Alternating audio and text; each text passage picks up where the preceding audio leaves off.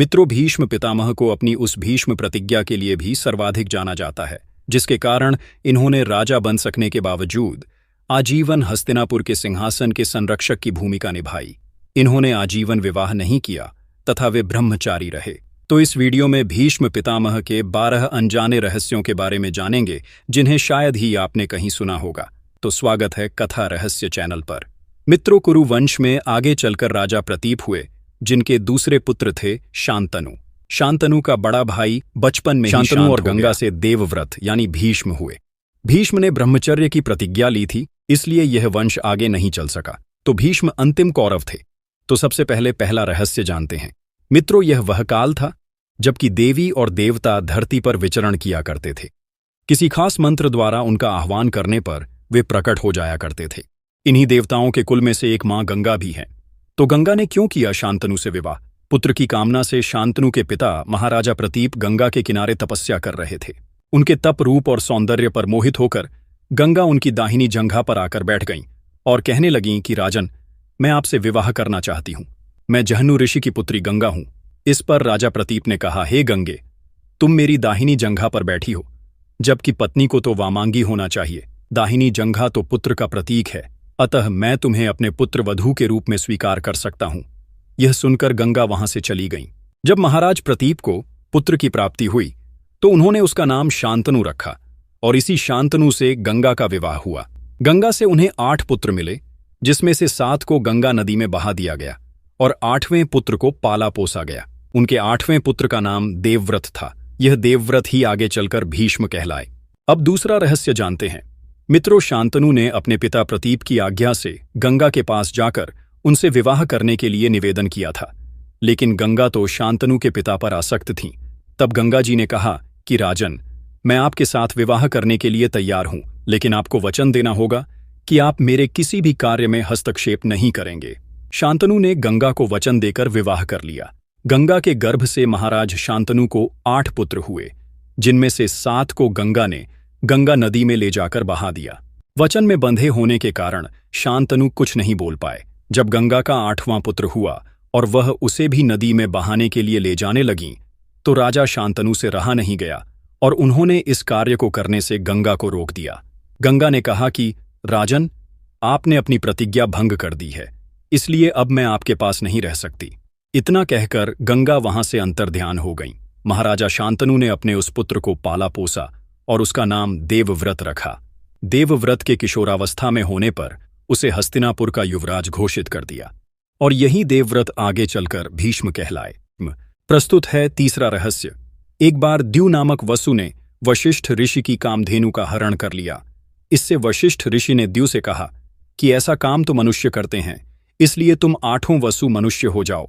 यह सुनकर वसुओं ने घबराकर वशिष्ठ जी से प्रार्थना की तो उन्होंने कहा कि अन्य वसु तो वर्ष का अंत होने पर मेरे शाप से छुटकारा पा जाएंगे, लेकिन इस द्यू को अपनी करनी का फल भोगने के लिए 1 जन्म तक मनुष्य बनकर पीड़ा भोगनी होगी।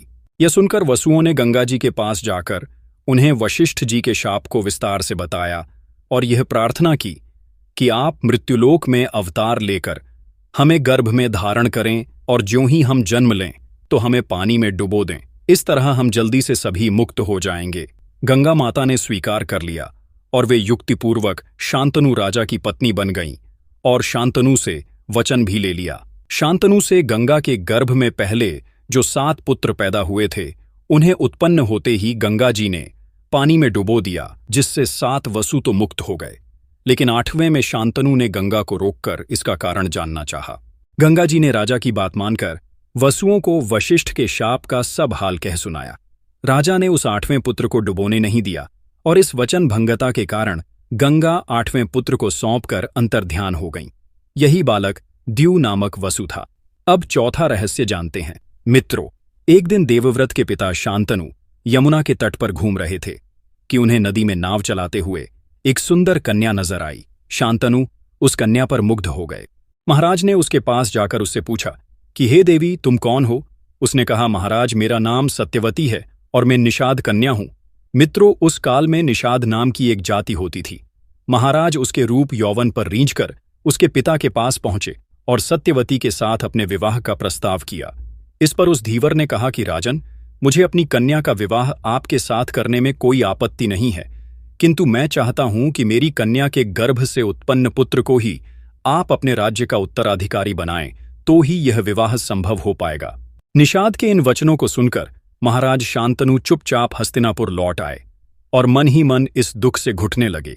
सत्यवती के वियोग में महाराज व्याकुल रहने लगे और उनका शरीर भी दुर्बल होने लगा। महाराज की इस दशा को देखकर देवव्रत को चिंता हुई। जब उन्हें मंत्रियों द्वारा पिता की इस प्रकार की दशा होने का कारण पता चला तो वे निषाद के घर जा पहुंचे और उन्होंने निषाद से कहा कि हे निषाद, आप सहर्ष अपनी पुत्री सत्यवती का विवाह मेरे पिता शांतनु के साथ कर दें। मैं आपको वचन देता हूं कि आपकी पुत्री के गर्भ से जो बालक जन्म लेगा वही राज्य का उत्तराधिकारी होगा। कालांतर में मेरी कोई संतान आपकी पुत्री के संतान का अधिकार छीन न पाए, इस कारण से मैं प्रतिज्ञा करता हूं कि मैं आजन्म अविवाहित रहूंगा। उनकी इस प्रतिज्ञा को सुनकर निषाद ने हाथ जोड़कर कहा कि हे देवव्रत, आपकी यह प्रतिज्ञा अभूतपूर्व है। इतना कहकर निषाद ने तत्काल अपनी पुत्री सत्यवती को देवव्रत तथा उनके मंत्रियों के साथ हस्तिनापुर भेज दिया। आइए 5वां रहस्य जानते हैं। मित्रों, देवव्रत जब निषाद कन्या सत्यवती को लाकर अपने पिता शांतनु को सौंपते हैं तो शांतनु की खुशी का ठिकाना नहीं रहा। शांतनु प्रसन्न होकर देवव्रत से कहते हैं कि हे पुत्र, तूने पितृभक्ति के वशीभूत होकर ऐसी कठिन प्रतिज्ञा की है जो न आज तक किसी ने की है और न भविष्य में कोई करेगा। तेरी इस पितृभक्ति से प्रसन्न होकर मैं तुझे वरदान देता हूं कि तेरी मृत्यु तेरी इच्छा से ही होगी। तेरी इस प्रकार की प्रतिज्ञा करने के कारण तू भीष्म कहलाएगा और तेरी प्रतिज्ञा भीष्म प्रतिज्ञा के नाम से सदैव प्रख्यात रहेगी। मित्रों, अब 6ठा रहस्य जानते हैं। सत्यवती के गर्भ से महाराज शांतनु को चित्रांगद और विचित्रवीर्य नाम के 2 पुत्र हुए। शांतनु की मृत्यु के बाद चित्रांगद राजा बनाए गए, किंतु गंधर्वों के साथ युद्ध में उनकी मृत्यु हो गई। तब विचित्रवीर्य बालक ही थे।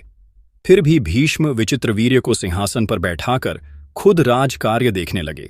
विचित्रवीर्य के युवा होने पर भीष्म ने बलपूर्वक काशीराज की 3 पुत्रियों का हरण कर लिया और वे उसका विवाह विचित्रवीर्य से करना चाहते थे, क्योंकि भीष्म चाहते थे कि किसी भी तरह अपने पिता शांतनु का कुल बढ़े।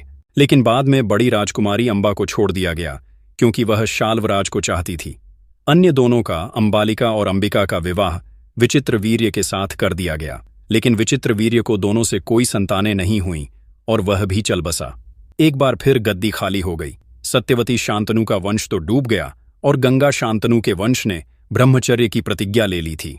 अब हस्तिनापुर की राजगद्दी फिर से खाली हो गई थी। 7वें रहस्य के बारे में जानते हैं। विचित्रवीर्य के युवा होने पर उनके विवाह के लिए भीष्म ने काशीराज की 3 कन्याओं का बलपूर्वक हरण किया था, जिसमें से एक को शाल्वराज पर अनुरक्त होने के कारण छोड़ दिया था। लेकिन शाल्वराज के पास जाने के बाद अंबा को शाल्वराज ने स्वीकार करने से मना कर दिया। अंबा के लिए यह दुखदायी स्थिति हो चली थी। अंबा ने अपनी इस दुर्दशा का कारण भीष्म को समझकर उनकी शिकायत परशुराम जी से की।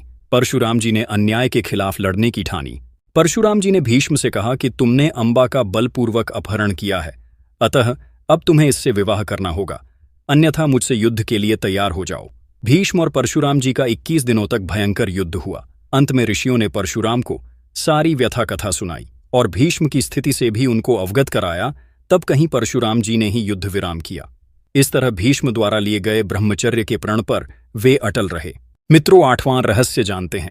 सत्यवती के शांतनु से उत्पन्न दोनों पुत्र चित्रांगद और विचित्रवीर्य की मृत्यु हो जाने के बाद सत्यवती भीष्म से बार बार अनुरोध करती हैं कि पिता के वंश को चलाने के लिए अब तुम्हें विवाह करके पुत्र उत्पन्न करना चाहिए। लेकिन भीष्म अपनी प्रतिज्ञा तोड़ने को तैयार नहीं थे। ऐसे में सत्यवती विचित्रवीर्य की विधवा अंबालिका और अंबिका को नियोग प्रथा द्वारा संतान उत्पन्न करने को सोचती है। भीष्म की अनुमति लेकर सत्यवती अपने पुत्र वेदव्यास द्वारा अंबिका और अंबालिका के गर्भ से यथाक्रम धृतराष्ट्र और पांडु नाम के पुत्रों को उत्पन्न करवाती है। शांतनु से विवाह करने के पूर्व सत्यवती ने अपनी कुंवारी अवस्था में ऋषि पराशर के साथ सहवास कर लिया था, जिससे उनको वेदव्यास नामक एक पुत्र का जन्म हुआ था। वे अपने इसी पुत्र से अंबिका और अंबालिका के साथ संयोग करने का कहती हैं। इस तरह यह कुल ऋषिकुल कहलाता है। आइए 9वां रहस्य जानते हैं। भीष्म पितामह ने विवाह नहीं करके ब्रह्मचर्य का पालन किया था। उन्होंने अविवाहित रहकर भी इस व्रत का कठोरता से पालन किया। इसके लिए वे योगारूढ़ होकर ब्रह्म का ध्यान किया करते थे। उनके समक्ष श्री कृष्ण बच्चे ही थे, लेकिन उन्होंने कृष्ण को भगवान रूप में पहचान लिया था। वे सदा कृष्ण भक्ति में लीन रहते थे। महाभारत युद्ध के दौरान श्री कृष्ण ने निहत्थे रहकर अर्जुन का रथ हाँकने की प्रतिज्ञा की थी, लेकिन भीष्म ने उनसे शस्त्र ग्रहण करने का वचन ले लिया था। श्री कृष्ण के लिए यह धर्म संकट की स्थिति बन गई। अंत में भक्त की लाज रखने को जब श्री कृष्ण रथ का पहिया लेकर दौड़ पड़े, तब भीष्म ने हथियार रख दिए और श्री कृष्ण के हाथों मारे जाने में ही अपनी मुक्ति समझने लगे। कृष्ण ने ऐसा करके अपने हथियार न धारण करने की प्रतिज्ञा भी पूरी की और भीष्म के कहने पर हथियार धारण करने का वचन भी पूरा कर दिया। 10वां रहस्य जानते हैं। मित्रों, महाभारत के युद्ध में भीष्म पितामह कौरवों की तरफ से सेनापति थे। कुरुक्षेत्र का युद्ध आरंभ होने पर प्रधान सेनापति की हैसियत से भीष्म ने 10 दिन तक घोर युद्ध किया। 9वें दिन भयंकर युद्ध हुआ, जिसके चलते भीष्म ने बहादुरी दिखाते हुए अर्जुन को घायल करके उनके रथ को जर्जर कर दिया। युद्ध में आखिरकार भीष्म के भीषण संहार को रोकने के लिए श्री कृष्ण को अपनी प्रतिज्ञा तोड़नी पड़ी।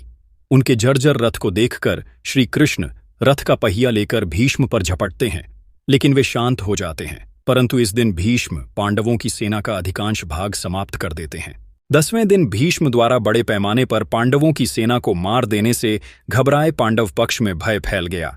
तब श्री कृष्ण के कहने पर पांडव भीष्म के सामने हाथ जोड़कर उनसे उनकी मृत्यु का उपाय पूछते हैं। भीष्म कुछ देर सोचने पर उपाय बता देते हैं। जानते हैं 11वां रहस्य। 10वें ही दिन इच्छा मृत्यु प्राप्त भीष्म द्वारा अपनी मृत्यु का रहस्य बता देने के बाद इसके बाद भीष्म पांचाल तथा मत्स्य सेना का भयंकर संहार कर देते हैं। फिर पांडव पक्ष युद्ध क्षेत्र में भीष्म के सामने शिखंडी को युद्ध करने के लिए लगा देते हैं। युद्ध क्षेत्र में शिखंडी को सामने डटा हुआ देखकर भीष्म अपने अस्त्र शस्त्र त्याग देते हैं। इस मौके का फायदा उठाकर कृष्ण के इशारे पर बड़े ही बेमन से अर्जुन ने अपने बाणों से भीष्म को छेद दिया। भीष्म बाणों की शरशैया पर लेट गए। मित्रों, दरअसल भीष्म ने अपनी मृत्यु का रहस्य ये बताया था कि वे किसी नपुंसक व्यक्ति के समक्ष हथियार नहीं उठाएंगे। इसी दौरान उन्हें मारा जा सकता है। इस नीति के तहत युद्ध में भीष्म के सामने शिखंडी को उतारा गया था। भीष्म को अर्जुन तीरों से छेद देते हैं। वे कराहते हुए नीचे गिर पड़े। अब 12वां रहस्य जानते हैं कि शरशैया पर लेटने के बाद भी भीष्म प्राण क्यों नहीं त्यागते हैं, जबकि उनका पूरा शरीर तीर से छलनी हो जाता है। फिर भी वे इच्छा मृत्यु के कारण मृत्यु को प्राप्त नहीं होते हैं, क्योंकि भीष्म यह भली भांति जानते थे कि सूर्य के उत्तरायण होने पर प्राण त्यागने पर आत्मा को सद्गति मिलती है और वे पुनः अपने लोक जाकर मुक्त हो जाएंगे। इसीलिए वे सूर्य के उत्तरायण होने का इंतजार करते हैं। भीष्म ने बताया कि वे सूर्य के उत्तरायण होने पर ही शरीर छोड़ेंगे, क्योंकि उन्हें अपने पिता शांतनु से इच्छा मृत्यु का वर प्राप्त है और वे तब तक शरीर नहीं छोड़ सकते थे जब तक कि वे चाहें। तो मित्रों, कथा रहस्य चैनल को जरूर सब्सक्राइब करें।